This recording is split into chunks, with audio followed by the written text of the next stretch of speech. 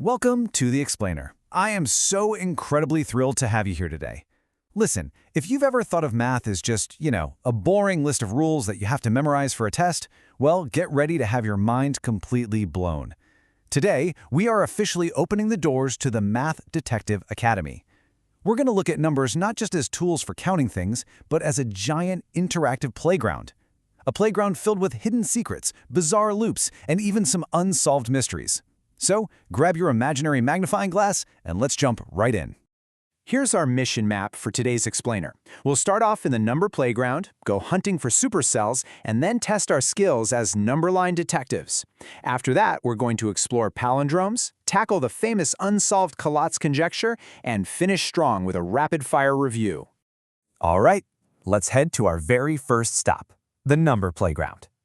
So picture this. Imagine a group of kids standing in a line at the park. Suddenly, each child shouts out a number. One kid shouts 1, another shouts 0, another says 2.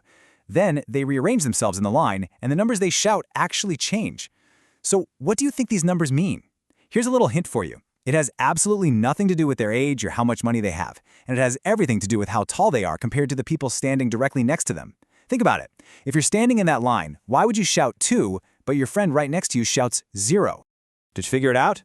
Okay, here's the secret rule, and it perfectly shows how numbers can represent relative arrangements. A child shouts 1 if exactly one person standing right next to them is taller. They say 2 if they are sandwiched right between two taller kids. And they proudly shout 0 if neither of their immediate neighbors is taller than them. It's such a fantastic reminder that numbers aren't just for counting apples, right? They're actually a language we use to describe relationships and patterns in the space all around us. Moving right along to our next challenge, hunting for supercells. Let's level this up. We're going to transition from a single line of kids into a full two-dimensional grid to hunt for what we call supercells. Now, what makes a cell super? A supercell is just a spot on a grid containing a number that is strictly larger than all of its adjacent, touching neighbors. And by adjacent, I mean the cells immediately to the left, the right, the top, and the bottom. Diagonals? Nope, they don't count. To be a supercell, that number has to be the undisputed champion of its immediate neighborhood. Let's actually look at a grid to see this rule in action. Check out the top right corner, 626. Is it a supercell? Well, its only immediate neighbors are 577 to its left and 75 right below it. Since 626 beats both of them, boom, it's a supercell. Now look down at the bottom left, 198. Its only neighbors are 43 above it and 10 to its right. It beats both, another supercell. But wait, what about the 200 in the top left? Well, its neighbors are 577 and 43. It easily beats 43, but it loses to 577. So sadly, 200 is not a supercell. See how logical that is? Okay, time for our next mission, detectives on the number line. All right, detectives, let's step out of that grid and stretch our legs on the number line. Understanding exactly where numbers live in relation to each other, that is a total superpower when it comes to mental math and estimation. If I give you a massive blank timeline starting at 1,000 and ending at 10,000, how do you place numbers accurately without just randomly guessing? Well, you use anchor points. Take 5,030. We know the exact middle of 1,000 and 10,000 is 5,500, so 5,030 sits just a little bit before the halfway mark. What about 9,950? That one's incredibly close to the finish line, just 50 units shy of 10,000. And 2180? It sits just past the 2,000 mark, which is about 1/9 of the way down the line. We are logically mapping out space using magnitude. Okay, I've got a classic puzzle for you now, and honestly, it catches almost everyone off guard. I want you to mentally visualize writing down every single whole number from 1 to 100. 1, 2, 3, all the way to 100. Exactly how many times will you physically write the digit 7? Think really carefully about this. I'll give you a second. Don't let your brain take the easy way out here. And the answer is 20. Did you get it right? Most people immediately guess 10 or 11, but let's break it down like true detectives. First, you have the ones column. 7, 17, 27, 37, 47, 57, 67, 87, 97. That's 9 times. Then you hit the 70s. 70, 71, 72, 73, 74, 75, 76, 78, 79. That is another 10 times in the tens column. But wait, what about the ultimate trap, the number 77? It has a 7 in both the tens and the ones column. Add them all up, and you get exactly 20. It's such a brilliant lesson in systematic counting. Let's shift gears a bit and look at some truly beautiful math. Pretty palindromes and constants. Let's see how this logic builds into numbers that actually reflect themselves, and even magical loops that trap numbers forever. First up, palindromes. You know what these are, right? A palindrome is a sequence that reads the exact same backward as it does forward. You actually see these in daily life all the time without even noticing. Look at a digital clock right at 10:01, or maybe 12:21, or numbers like 848 and 575. There is a really beautiful symmetry to them. But what happens when we use this cool concept of reversing numbers to do actual math? While we enter the strange and wonderful world of Kaprekar's algorithm, let's follow these steps together. Take a 3-digit number where the digits aren't all exactly the same. Let's use 321. Now, reverse those digits to make a new number, 123. Next, just subtract the smaller number from the larger number. 321 minus 123 equals 198. Okay, now here is the trick. Take your brand new answer, 198, and do it all over again. Reverse it to get 891, subtract the 198, and just keep going. If you keep repeating this loop, something literally magical happens. You will always, eventually, hit the exact same number, 495. And once you hit 495, you are trapped. Try to reverse it, you get 594. Subtract 495 from that, you get 099.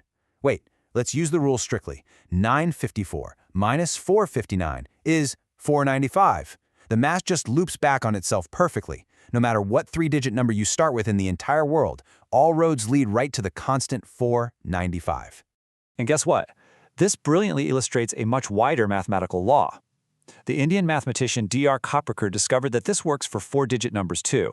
If you do the exact same process with a 4-digit number, arranging the digits from largest to smallest, then smallest to largest, and subtracting them, you will always get trapped at the number 6,174. For example, if you start with the number 5683, it'll take you exactly 8 rounds of math, but you will inevitably crash right into 6174. It's literally like a mathematical black hole. Next up on the mission map, an actual unsolved mystery, the Collatz Conjecture. Now that we've seen how numbers can get trapped in these weird loops, I want to introduce you to a real-life, totally unsolved mathematical mystery. It is so famous that adult professional mathematicians still pull their hair out over it today. It's called the Collatz Conjecture, and the crazy part? The rules are incredibly simple. Step 1. Pick literally any starting positive whole number. Step 2. If the number is even, divide it by 2. Step 3. If the number is odd, multiply it by 3 and add 1. Step 4. Whatever answer you get, apply the rules to it again and keep repeating. That's it. 2 simple rules. Even, have it. Odd, times 3 plus 1. Let's trace it out together. Start with 5. It's odd, so times 3 plus 1 equals 16. 16 is even, so have it to 8. Have it to 4. Have it to 2. Have it to 1. Okay, let's try 6. Have it to 3. Odd, so times 3 plus 1 is 10. Half to 5, and boom, we are right back on the exact same path, crashing down to 1. The massive unsolved mystery is this. Will every single starting number in the universe eventually plummet down to 1? Supercomputers have checked numbers up into the quintillions, and yep, they all crash to 1. But nobody, literally nobody, has been able to definitively prove that it will always happen for infinity. Math is still full of wild, unexplored frontiers. All right, detectives, we've made it to the final stage, the rapid-fire review. You guys have done incredible work today. You've uncovered hidden rules and peered into unsolved mysteries. Now it's time to lock it all in with our final exam. First, a super quick mental math trick. If you see 64 added together 4 times, don't try to awkwardly stack them in your head and carry the ones. That's just messy. Use your new detective logic. Break the number into easy, bite-sized chunks. 4 60s is just 4 times 6 with a 0 at the end, 240. 4 4s is 16. 240 plus 16 is 256. Boom. Done. You can solve complex problems in seconds just by breaking them down into manageable patterns. Okay, here is your final graduation puzzle for the Academy. I want you to build me a very specific number. It must be a 5-digit number. It has to sit exactly between 35,000 and 75,000. And here's the catch. You can only use odd digits, and you cannot repeat any of them. How do you logically deduce this without guessing?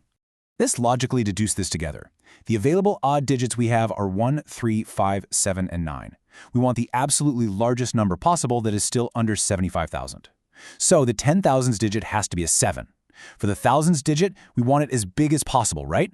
But if we use the 5, well, 75,000 is our ceiling limit, so the number would be too big, so we actually have to use the 3. Now we have 73,000. For the remaining hundreds, 10s, and 1s, we just arrange the leftover digits 9, 5, and 1 from largest to smallest. And there it is, 73,951. Pure, deeply satisfying logic. And just like that, we've reached the end of today's explainer. Today we proved that numbers are so much more than just rigid tools for worksheets. They are a vibrant, amazing language that we use to discover patterns, estimate reality, and solve really incredible puzzles. So, I want to leave you with this provocative thought. If math is truly just a playground of patterns, what new rules, supercells, or number games are you going to invent today? Keep playing, keep questioning everything, and I will see you in the next explainer.